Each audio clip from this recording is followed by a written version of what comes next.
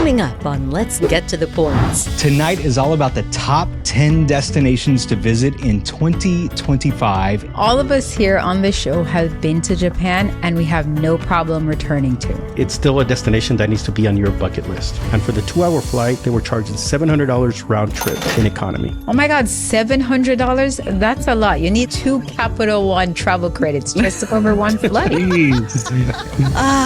Such a perfect location to talk about on this Valentine's Day. But I'm going with my family. It's not going to be very romantic for me. But lots of love. Lots of love.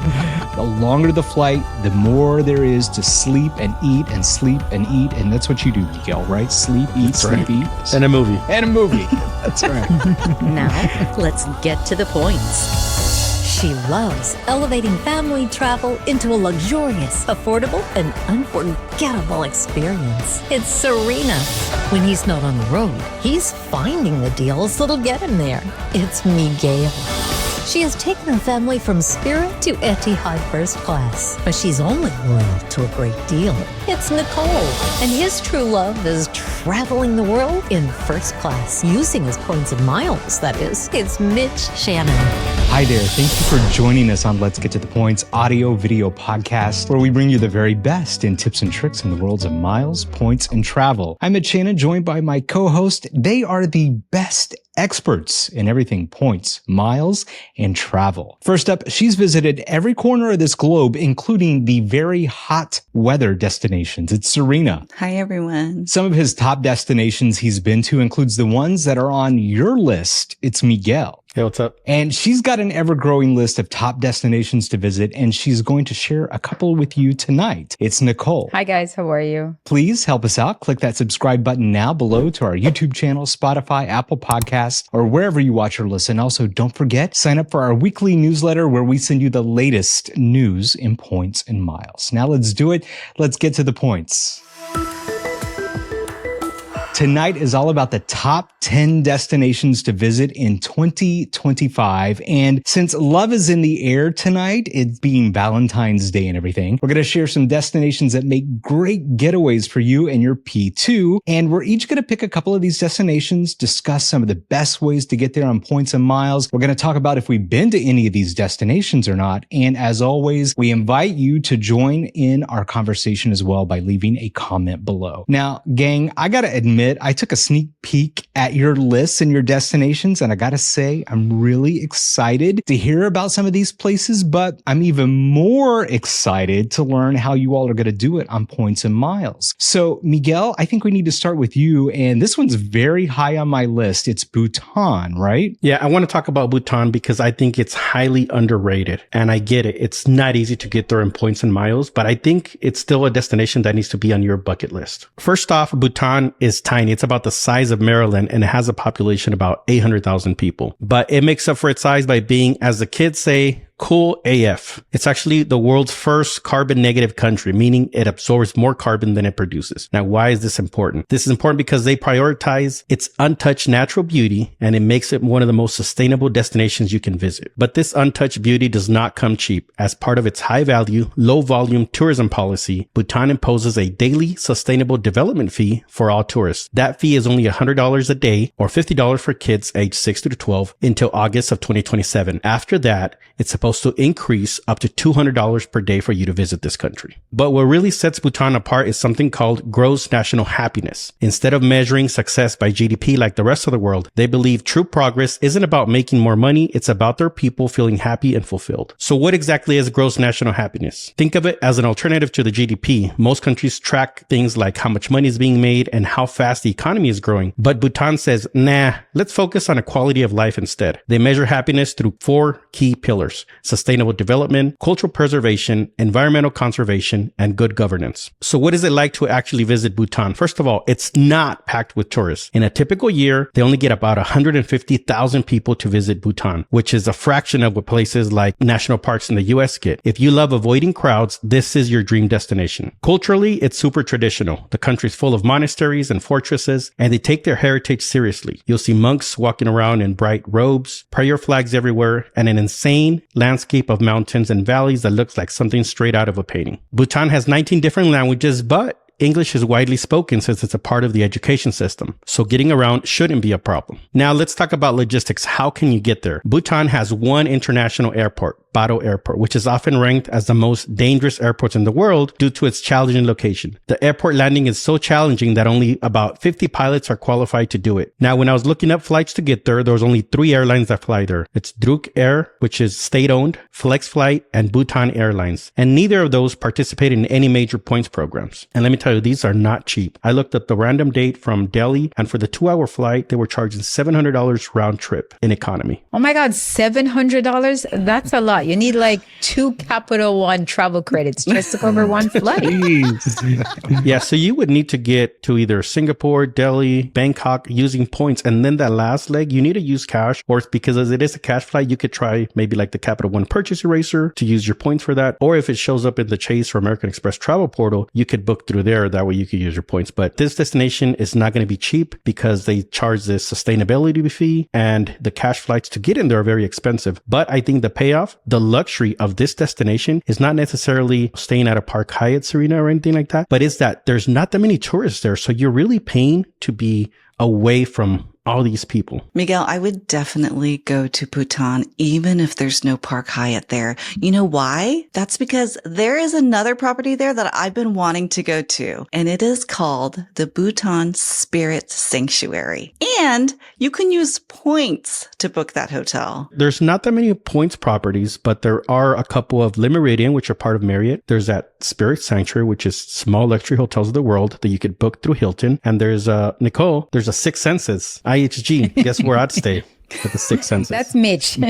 No, but you remember you said, tell me which hotel you'd like to stay at. And I said, I would stay at any Six Senses. Well, I think I found the one. I think so. You know, the rates for the Six Senses here are like $2,000 a night. Now, the Six Senses, and there's another one called Amancora. Both of those show up under the fine hotels and resorts. So if you want to put a little dent in that $2,000, you can use your $200 fine hotels and resort travel credit for $200 off. But for a more budget-friendly option, Bhutan does have a tourism services portal, and this is where they list all the homestays, hotels, restaurants, tour operators. That way you can properly plan your trip, because prior to the pandemic, you had to pay the sustainability fee, and this would come with the hotel, the lodging, and some of the tours included in that. But now you pay for the sustainability fee, which is a little bit lower than it used to be, but now you plan your own trip on your own. But they make that easier with this dashboard that they have on the tourism services portal. Now, one of the reasons why I picked Bhutan is also because the school that I went to, the University of Texas at El Paso, also known as UTEP, the architecture here is Bhutanese architecture. So it is one of the only places outside of Bhutan where you can find this architecture. So there's this little connection, the school that I went to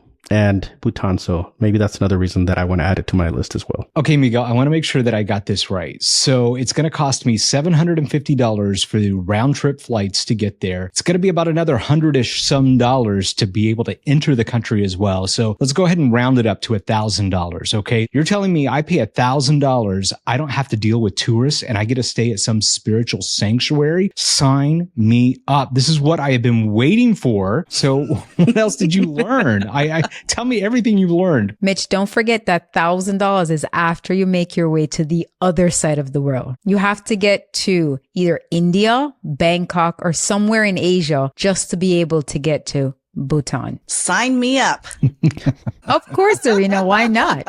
Mitch, you go to Singapore and Bangkok pretty often, so you're on that side of the world, half of the year anyway. Yeah, I already kind of had it in my head anyway. You could build this off one of those trips when we go internationally. Like I've said, we always try to use Singapore as a hub whenever we go somewhere. When I saw you were bringing this up tonight, it really piqued my interest because I thought, hop off and just go to Bhutan. Very simply from Singapore. Yeah, I think the sustainability fee and the whole thing about ecotourism, I think that's really important. It's not something that I really knew much about before looking into Bhutan, but I think it's important because they have a law that states that 60% or more of their land has to be forest. So they're not focused on expanding, these big hotel chains and bringing over tourism, which creates a problem. Places like Hawaii that struggle through this. They're not trying to attract every tourist. They're just trying to attract the right type of tourist. And, if you're willing to pay for it, you're the right type of tourist. I think Serena and I are the right type of tourists. We are. You took the words right out of my mouth.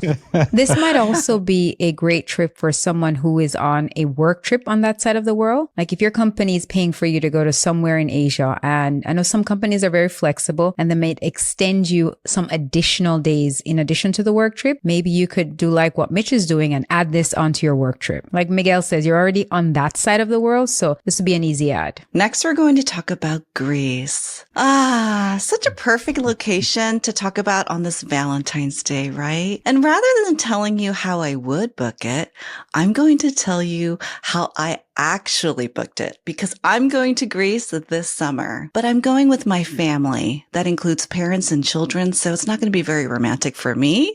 But maybe but lots of love. Lots of love. But one of the great things about bringing grandparents on a trip is they can help babysit. And so if my husband and I want to step away for a night out or have some alone time, we can have that. So there is a benefit for dragging the parents along. So I did what I always do when I'm in the early stages of planning a trip. I set some alerts on Seats.aero with my date range and destination. And if you need help setting alerts, check out our Seats.aero playlist on YouTube. We have a number of videos there to help you with award searches and tutorials on how to set up alerts. I eventually got an alert for flying United Polaris business class from San Francisco to Barcelona on the perfect date right after school ends. So I jumped on this right away and I transferred American Express points to Air Canada Aeroplan to book this United flight for my family of 6. And this flight cost 70,000 Air Canada Aeroplan points and $56 for each one-way business class ticket. Remember, with business class award availability, you want to be flexible. I like to find the long-haul route in business class, and from there, you can easily get to anywhere else on the continent. From Barcelona, I know I can find an easy and cheap flight to Greece. We're going to spend a few nights in Athens, probably at the Grand Hyatt Athens because it has a club lounge, and this property costs 15,000 Hyatt points per night. Then we're going to go to the island of Crete, where we are staying at the Domes of Alunda.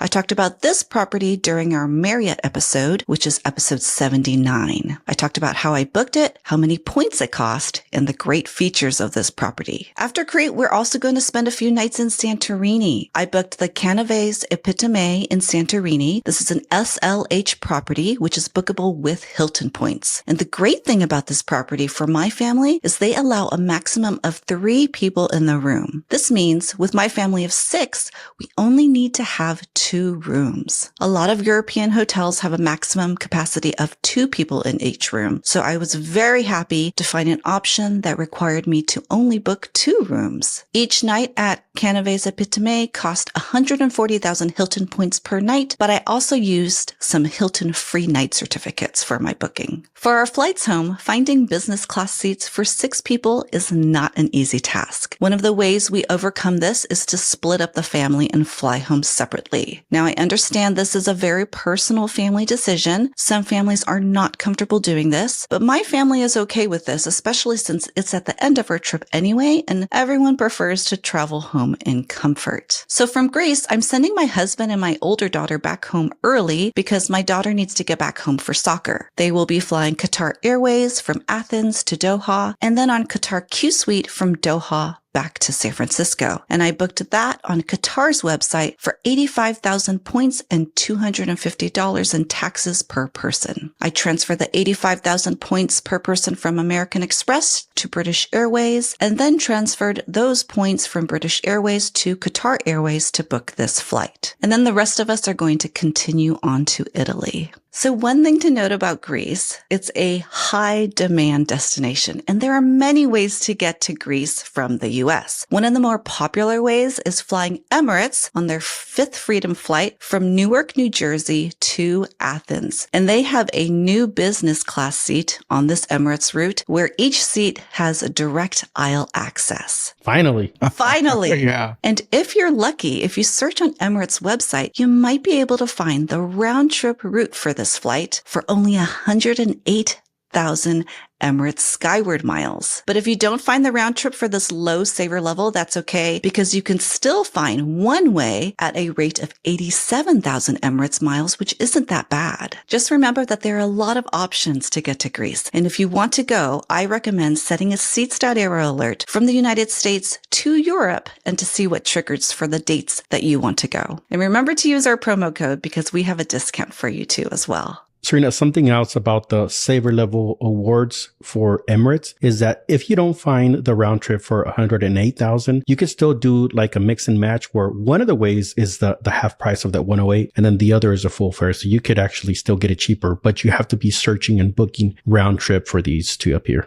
All right, Serena, I know you've told your family, but do they really care? Because I feel like when you tell your family about these destinations, it's kind of like, meh, until you go. And I feel like your family is the same way. So how do they feel about this, right? You put in all this hard work, all this research. How do they feel? And are they excited about this? So my mom is excited because she's always wanted to go to Santorini. At first, I wasn't going to bring my parents at all, but she expressed interest, and I'm here to make my family's dreams come true. And so I went ahead and booked a ticket for them as well. For the rest of my family, I'm sure they're going to have fun when we're there because we are water people. And I think once my kids are swimming in pools and snorkeling, they're going to love it. And I know it's Valentine's Day, and I understand that there are a lot of families out there where you parents, you can't get away from your kids, right? Maybe you don't have the family at home to help babysit them, or maybe you don't trust babysitters. The recommendation I have for you is to find properties where they have included kids clubs. And a lot of times these properties have complimentary kids clubs where the kids will be entertained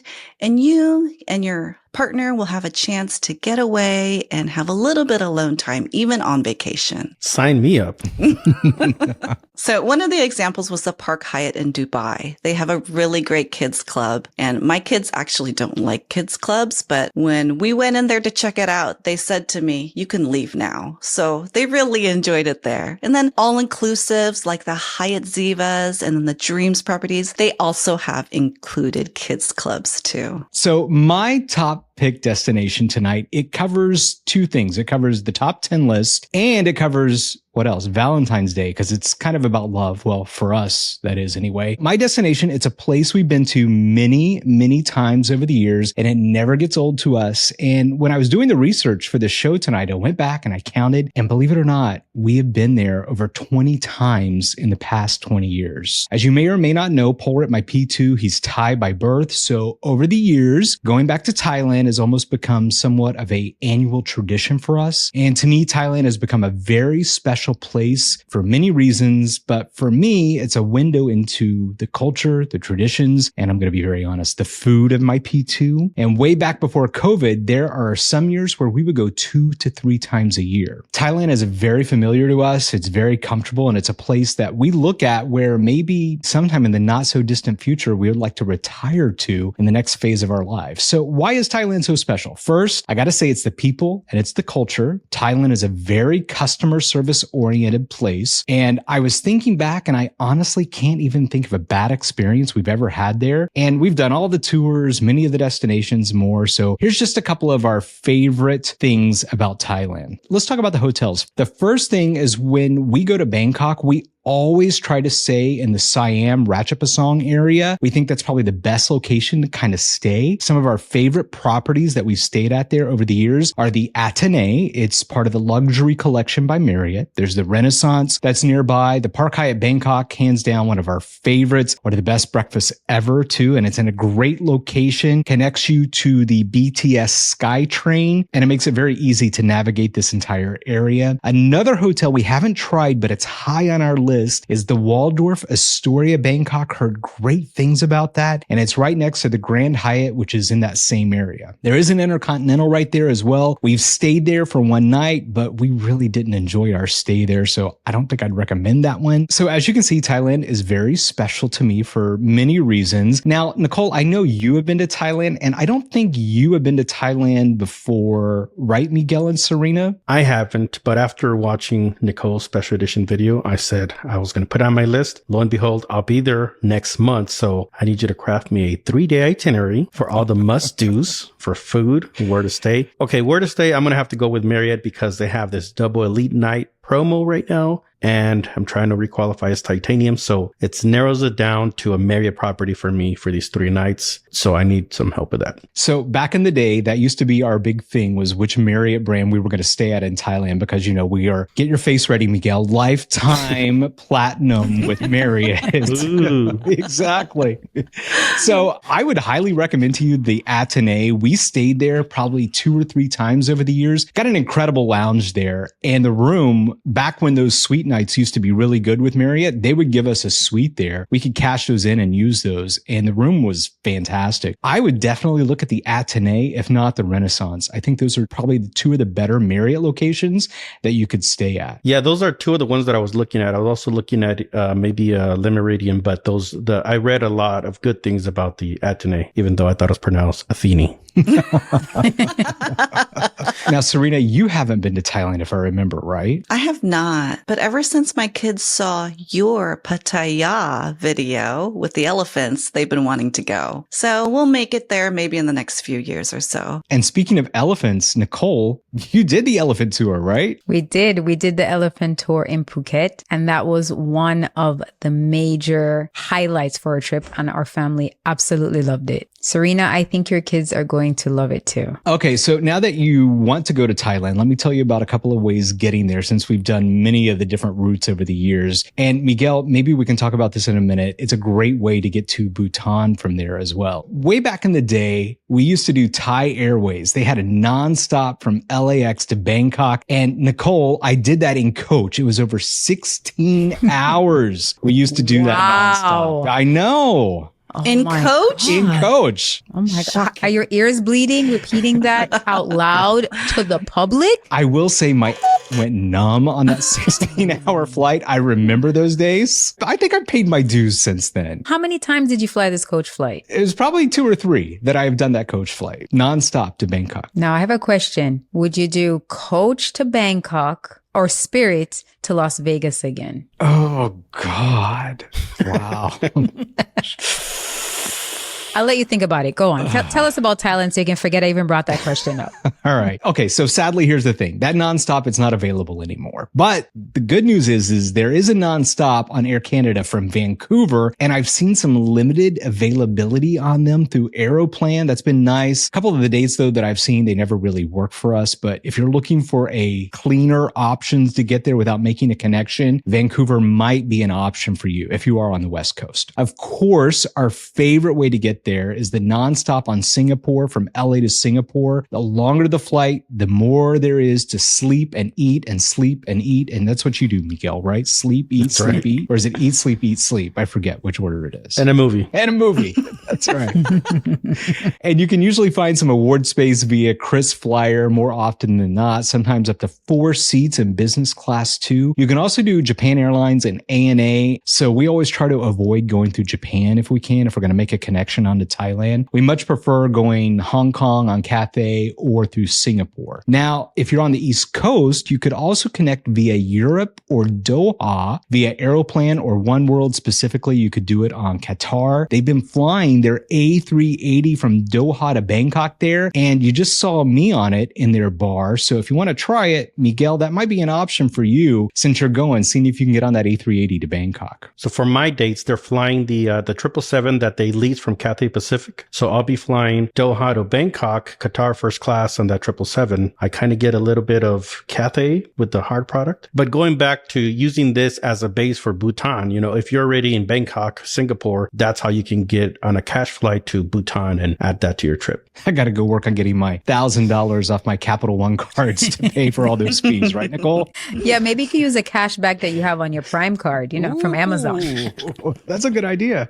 Moving on to Peru. So this is a nice destination to go to from the East Coast. You guys are flying all the way on the other side of the world. Peru is about 6 hours away from Miami, but it's in South America. So instead of going left or right, we're diverting and we're heading further down of the equator. I was influenced to go to Peru by none other than travel sergeant Miguel. Miguel took a trip to Peru, and I was so influenced by the routing that he took and the price that it cost to get to Peru. I'm like, we as a family can see one of the wonders of a world for only 13,000 points at the time. Miguel posted a reel about how he flew to Peru using British Airways and flying on either American Airlines or LATAM. So our family decided to do some research. Peru is an incredible destination that offers something for every kind of traveler. Whether you're an adventure seeker, a history buff, or a foodie, Peru is also great for family travel. And I think it's a great destination to visit in 2025 and beyond. Peru is one of the most diverse countries in the world, has stuff like ancient ruins and colonial architecture. We visited Peru in June of 2024, and the weather at this time was absolutely amazing. This is perfect for families because it's right at the ending of school and the beginning of summer vacation. Peru is a food mecca with tons of restaurants on the top 100 lists in the world. And as mentioned before, it is home to one of the wonders of the world. To get to Peru, let's talk about flights. There are several flight options, and I start my search by looking on Seats.aero. You can get to Lima, Peru, which is the capital, directly from JFK,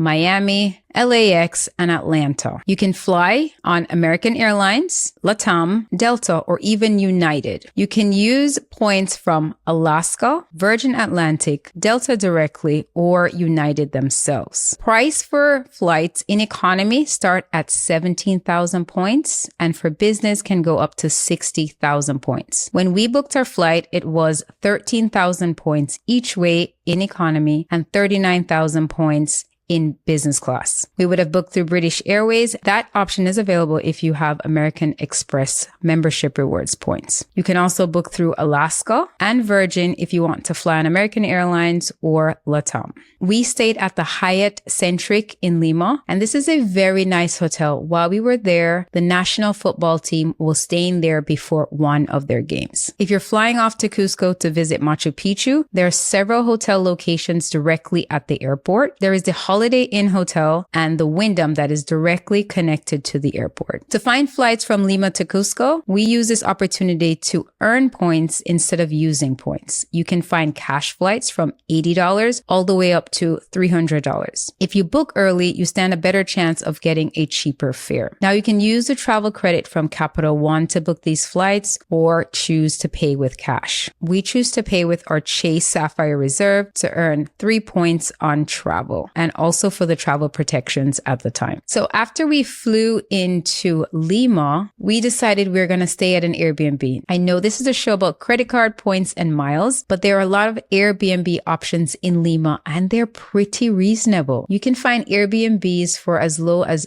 $30 a night. Now you can choose to spend 6,500 points or more, but I figure at $30 a night instead of a couple thousand points a night for one night, you could stay at an Airbnb. Now, Serena, I know I've had my issues with particular Airbnbs, but you could also choose to stay at one that is a little more high on the hog. To get to Machu Picchu is pretty much an adventure. You have to take a flight to Cusco, which is high up in the mountains. Then you have to take a train to Aguascalientes, spend the night, and then you'll take a bus up to the site. Now, all of these options to get to Machu Picchu do not have any points redemption options. So this is another opportunity to earn points, and you'd want to choose a credit card that will give you a bonus spending on transportation. Staying in Aguascalientes, there are very few point options. We did book our hotel using the Chase travel portal. Now, once you get to Machu Picchu, this place is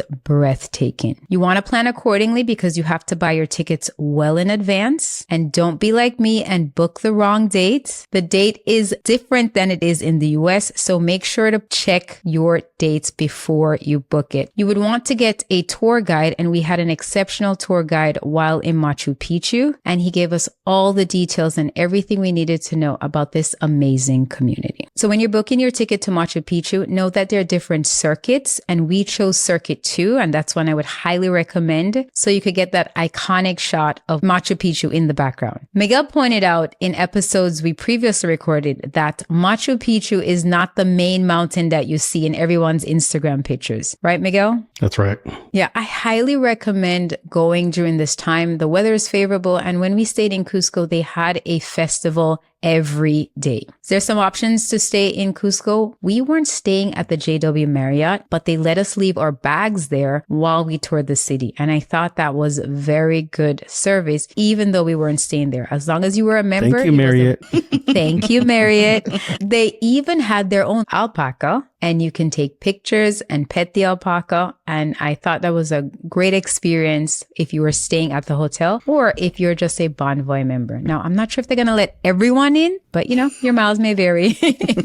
Try and see. It might work for you. Peru and Machu Picchu is also great for couples, right? Think about climbing the mountain, helping your loved one up. It's great to show some kind of affection. You could be a damsel in distress. You could basically turn any adventure into something romantic. I think it's good for younger couples because I don't want to climb. So the younger couples, it's a great destination. To tell you the truth, I saw many different ages, very little kids to older adults. The climb is not that strenuous. I think you could handle it, Mitch. You live in California. You could handle this. Nicole, I went to Peru and to Machu Picchu, but I definitely want to go back. I want to take my family and my kids. But one thing that I think is underrated as far as Peru is their cuisine. I think Peruvian cuisine is amazing. I didn't know this, a long time ago, but ceviche comes from Peru. I thought ceviche was Mexican, and it originated in Peru. It's a little bit different than Mexican ceviche, but it is so good. I didn't have a lot of time in Lima, but I want to go back because Lima apparently is a big foodie city. So I want to go and check out some of their restaurants there in Lima. So I need to go back. Yeah, we went to a restaurant in Lima called El Paz. It was all over Instagram. And so we decided that we had to go. Now, my family doesn't have the best intellect when it comes to cuisine. And we had no idea what they were serving. We just said, oh, Instagram said you must go here. So we went.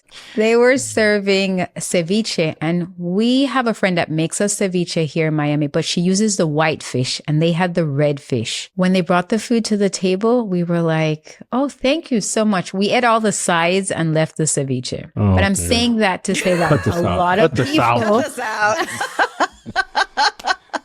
I'm just saying you should try it, right? And they do have a lot of cuisine because the topography of the country is also very diverse. So the ingredients that they use are much different from the ingredients that you'd find anywhere else in the world. So even if you don't like something, be adventurous, try it. So yes, Peru is definitely on my list to go back to. So I just told you about one of the wonders of the world, and Miguel is going to tell you about a place that has another wonder of the world. Yeah, let's talk about India. India has a little bit for everybody. They have culture, they have food, they have landscapes. But the thing that draws me to India is one of the wonders of the New World. That's the Taj Mahal. This is one of 3 left that I have to visit. So this is definitely high on my list because I need to check this out. The reason why I want to talk about India is because I recently found, I guess, like a new sweet spot to get to India. And this is due to Virgin Atlantic's new dynamic pricing. We sent a newsletter about a couple weeks ago to those that are subscribed on some availability on how to get from the US to India for as low as like 64,000 points one way in business class. Now, this can be as low as 52,000 points if you can properly pair up a low point redemption from the US to the UK and then another one from the UK to India. One way you could do this is using Seats.aero. If you sort North America to the UK by business class, you could see that you can get there for as low as 29,000 points. Once you're in the UK, you could do the same thing and see that from the UK over to India, you can get there in business class for as few as 23,000 points. So if you pair those two up, that's how you can get really cheap to Asia in business class, flying Virgin Atlantic upper class, which is your business class. And the taxes come out to about maybe $400, but I think it's a fantastic way to get to India. Now, there are other ways to get to India. You can do Air India, but from what I see online on YouTube and reviews, it's not an airline that is highly desirable. So if you don't mind having a layover in the UK, that's one way to get there. Other popular ways to get there are flying Qatar Airways, of course. But I don't know. I think this is a pretty good points redemption. Another reason why I want to go to India is because they have this festival called Holi. I hope I'm pronouncing that properly. And this is for the arrival of spring, but it's a festival where everybody's throwing all these colored or paint at each other. It just looks like an awesome time. I think this year it's going to be March 14th or so. You know, it hasn't worked out for the past couple of years. I can't make it again this year, but it's on my list to go to India for this festival. So maybe I can get to Virgin Atlantic upper class when I go. Especially that we have some points stuck there, right? Yeah. Like, well, we can go back and forth to India quite a few times with our points that we have stranded in Virgin Atlantic. I mean, this could be much cheaper if there is a transfer bonuses. Transfer bonuses into Virgin Atlantic are very common. You know, you can see up to 25, 30% or even more when you're transferring points from either American Express, Chase, Capital One, Citi. This is another good thing about this program is that you can combine points from various flexible points into the same Virgin Atlantic account to get there. So I think it's a fantastic way to get to India. And while you're there, you take a quick cash flight over to Bhutan and then check that out the list too. Nice. All roads lead to Bhutan. Miguel, I am fascinated because you said this is one of the last 3 wonders of the world that you need to visit. Can you tell us where you've been and where else you need to go? So there's 7 wonders of the new world is what they call. So I've been to Petra in Jordan. I've been to the Colosseum in Rome. I've been to Machu Picchu in Peru. And I've been to Christ the Redeemer in Rio in Brazil. So the last 3 that I have, Taj Mahal in India, the Great Wall of China, and believe it or not, the closest one to my house, Chichen Itza, right outside of Cancun. I have not been there. I've also been to what they call their honorable mention is the Grand Pyramids of Giza. Not quite one of the wonders of the new world. It's the only standing wonders of the old world that is still standing. So I've been to that one too. But yeah, so I need Taj Mahal, Great Wall, and Chichen Itza. From the Taj Mahal to the Turks and Caicos. I'm bringing it back to the water. I've been to the Turks and Caicos once before, and Grace Bay is so beautiful. Great snorkeling, great scuba diving, a great beach, and an ocean that you just float on top of. I can't wait to go back. To fly from the West Coast to the Turks and Caicos, I would fly in economy on American Airlines. To find award availability, I would use the calendar feature on the American Airlines website. Show one stop or fewer and look through each month for the best award availability. I'm seeing flights from SFO to the Turks and Caicos for as low as 8,000 AA miles one way in economy. These flights usually include an overnight layover, and this is where I usually stay at a Hyatt place near the airport. Now, if this is a romantic adults-only trip, I would stay at the Point Grace Resort and Spa, which is an SLH property bookable with 120,000 Hilton points. Point Grace is on Grace Bay Beach and it looks beautiful. Another option is I would stay at Sail Rock, South Caicos, which is also an SLH property and bookable with Hilton points. Sail Rock is located on one of the smaller islands, and if you book 3 nights or more, transportation is included from the main airport in the Turks and Caicos. The problem here is there is no standard award availability at all. So this is where you would need to set a MaxMyPoint alert to notify you of availability. And we have a discount code for MaxMyPoint to save you money. Now, let's say I want to go to the Turks and Caicos with my family, which is what I really want to do.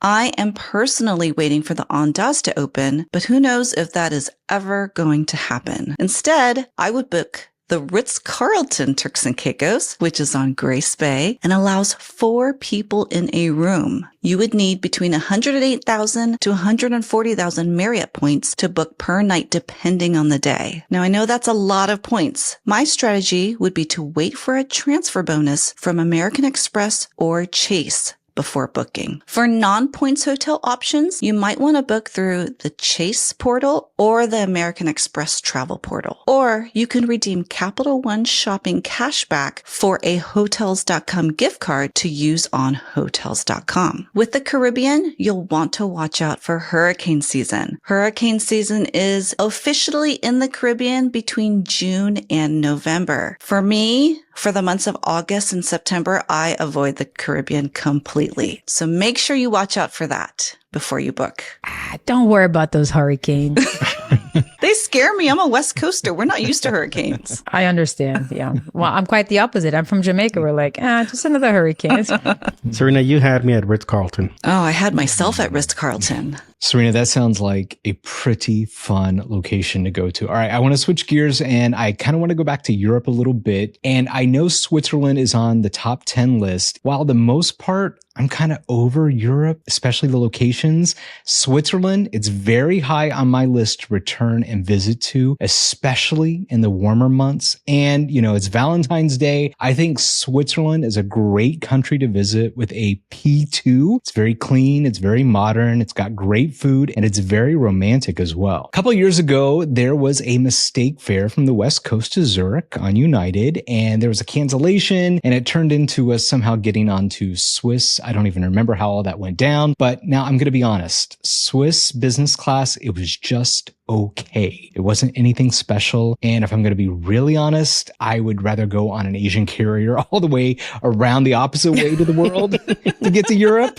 I thought you were going to say economy. I was waiting. But Miguel, you have influenced me to try Lufthansa first class. So it's very high on my list. And you're always sharing with us this award space that you find on them. Might be a good opportunity to get on our wait list for Elevate because he finds a lot of this. There are many other ways to get to Switzerland too. You could do Iberia, KLM Air France. That's a good transfer program if you wanted to move some points over there to book a ticket to get there as well. Now, out of all the locations we've been to in Europe, and we've been to a lot of them, there is only one place that I really want to go back to. Very high on our list. And I want to take my mother-in-law there too. It's Zermatt, Switzerland. This is an incredible Swiss city. There are no cars, just these little electronic taxis. And you got these beautiful views of the Matterhorn. They're just breathtaking. The air was some of the cleanest air I've ever breathed. The food was great. And we had some really good luck finding some hotels via their American Express Find Hotels and Resorts packages. I don't think there are any Marriotts, Hyatts, Hiltons, IHGs there from all my research I did. It's all these little small boutique independent hotels. And if I was to book a trip to Europe tomorrow, next year, I would find a way to get back to Zermatt, Switzerland. Have any of you guys been to Switzerland? I've been to Interlaken and I went there around September timeframe. And man, it was beautiful. Switzerland to me is a country where, especially if you go during the summer, like anywhere you look around, like it's a different postcard. I find it funny that you mentioned your mother-in-law, Mitch. My mom actually went to Switzerland with my sister and she feels the same way you do. She absolutely loves it. And that's one place she talks about going back to. I've been to Switzerland once, and it was a very quick day trip to Lugano. I don't remember it much. I was in my 20s. It was a long time ago, but it was beautiful. So a couple years ago? That's right. Come on, Serena. There's got to be a good story from your 20s of when you went. I'm thinking like, did she get scabies? Right? Did you get arrested? This is not the scabies trip. This was a bus tour all over Italy, and it stopped in a little portion of Switzerland. On this trip, I decided I'm never going on a bus tour ever again because you have to wake up by a certain time, eat breakfast by a certain time, have your luggage out by a certain time. Not doing anymore. Sounds like a trip with me. I was constantly running off the bus every time there was a rest stop because I always had to go to the bathroom. Now I know how my family feels. So Switzerland, very clean country. I definitely want to go there again. And speaking of clean countries, that's where we're going to next, right, Nicole? Japan? Yes, Japan. All of us here on the show have been to Japan, and it's one place that we can all agree on that we absolutely love and we have no problem returning to. To get to Japan, one of the main ways to get there is through either American Airlines, which Miguel has talked about a lot, or to fly Japan Airlines. Now, you can book Japan Airlines by using American Airlines points, Alaska points, and if you're lucky, you might be able to use British Airways Avios. Japan is a beautiful country with lots of diverse cities. You can visit Tokyo, you can visit Kyoto, Osaka, Hiroshima. You can even go to some of the islands like Okinawa. Japan is great for families. It's great for couples. Even as a solo traveler, Japan is a very safe country to visit. I love the food. I love the culture. And I think it's a place like Miguel, I'll go back to every year if I could. Now, there are many hotel options in Japan. And depending on what's your favorite brand, you can definitely find a hotel there. And there's so many resources out there to help you with planning a trip to Japan, you can go back and look at some of our episodes. We have talked a lot about Japan. Nicole, I just want to add that if you're going either a solo or with 2 people total, you can actually do choice hotels in Tokyo for even as low as like 8,000 points per night. So they're very, very affordable options. Japan does not have to be an expensive trip. And choice hotels, they might be small, some of the rooms that you get, but I mean, you can't really beat 8,000 points per night for some of these in good areas of Tokyo. That is an amazing deal. And a newer development with choice hotels is you can now book these properties 50 weeks in advance. Is that right? Yeah, it used to be only 100 days prior. So it was kind of hard to plan, especially for the people who like to plan way in advance and have set itineraries for everything. You couldn't really do it with choice hotels unless you're doing it, 3 months prior. But now they've opened that window up so you can actually plan further ahead for those of you who like to book more than a week in advance. And the best ways to transfer to choice would be Citi and Wells Fargo because they both transfer 1 to 2 to choice. I like how you're the king of choice hotels, Miguel, because that choice hotel I found down in Kyoto, a couple of episodes that we talked about it ago, not a bad option if you're going to use some choice points. If you're a little more frugal when it comes to your points, I think it would be an excellent option. I think choice is a good program. Some of their properties are pretty good. Yeah. And a little fun fact, if you are military, active duty, or veteran, or even a spouse, choice hotels will give you gold status forever. You just have to submit that request through your choice profile and you can have choice gold status, whatever that gets you. Forever is a very long time. Okay, 2 more destinations to round out our top 10 list. And since it is Valentine's Day, these are very friendly P2 locations to go. It would be the Maldives and Italy. Quick tips that you guys have to share on these 2 locations. My perspective on the Maldives is that in the points and miles world, it seems kind of like the top of the line. Like you have to book it. Otherwise you haven't made it.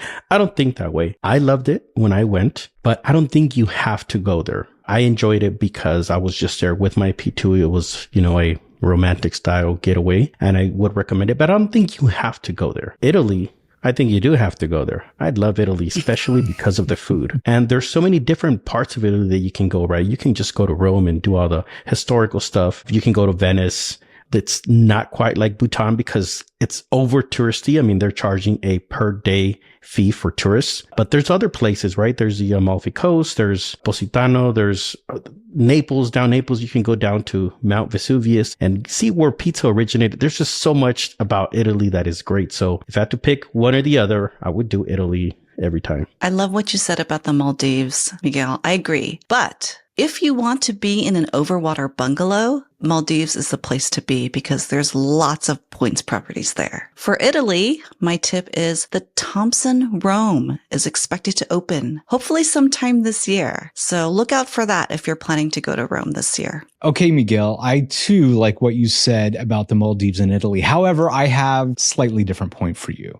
Number one, I do agree Maldives can be maybe overhyped. However, here's my thing. I would much rather go to the Maldives than Italy. I feel like there are way too many tourists that go to Italy. And for me, too many people, it's a lot. It's not a vacation. For me, it's stressful because we know when I go to the Maldives, it lowers my blood pressure because there's not a lot of tourists when we go to the Maldives. So that's what I would say about that. But if you are going to go to Italy, I think there are some good options on ITA Airlines and using points and miles, right? Flying ITA in business class was something that I had in the back of my mind to use my Virgin points because you could book even from the West Coast, LA or San Francisco, nonstop to Rome for I think 100,000 points, which could be less if there's a transfer bonus. Now that ITA has been acquired by the Lufthansa group, I don't know how that's going to play out as far as redemptions now. I don't know if it's going to be better or worse for us. So there's that thing lingering where ITA will now be under Star Alliance instead of SkyTeam.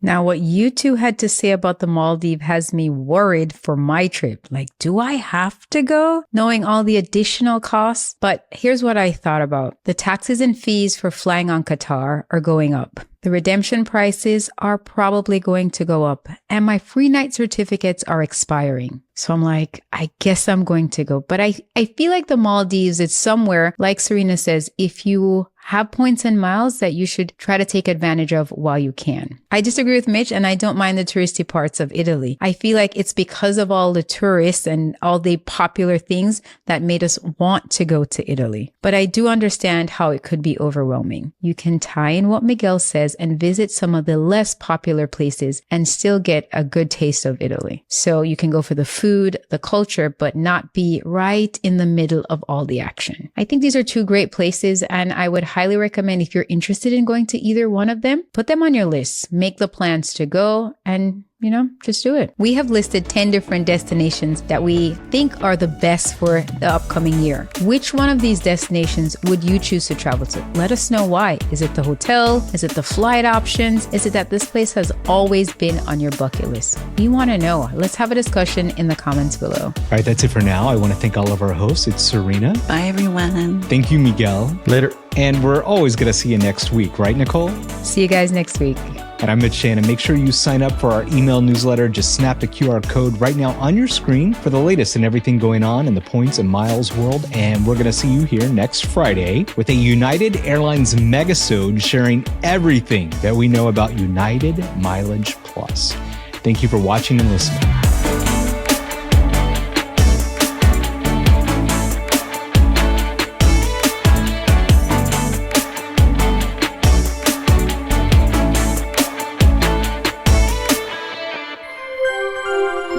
Let's get to the points.com.